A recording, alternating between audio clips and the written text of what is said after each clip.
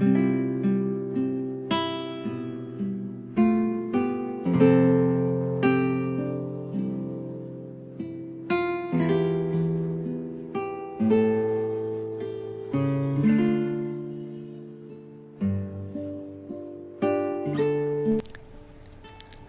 mabuting balita ng Panginoon ayon kay San Mateo.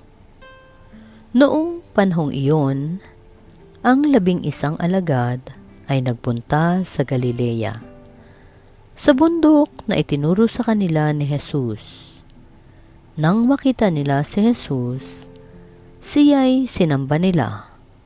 Bagamat may ilang nag-alinlangan, lumapit si Jesus at sinabi sa kanila, "Ibinigay na sa akin ang lahat ng kapangyarihan sa langit at sa lupa. Kaya humayo kayo at gawin ninyong alagad ko ang lahat ng bansa.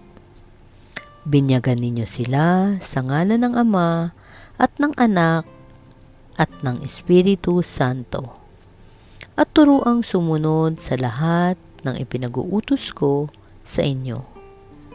Tandaan ninyo, ako'y laging kasama ninyo hanggang sa katapusan ng sanlibutan." Ang mabuting balita ng Panginoon.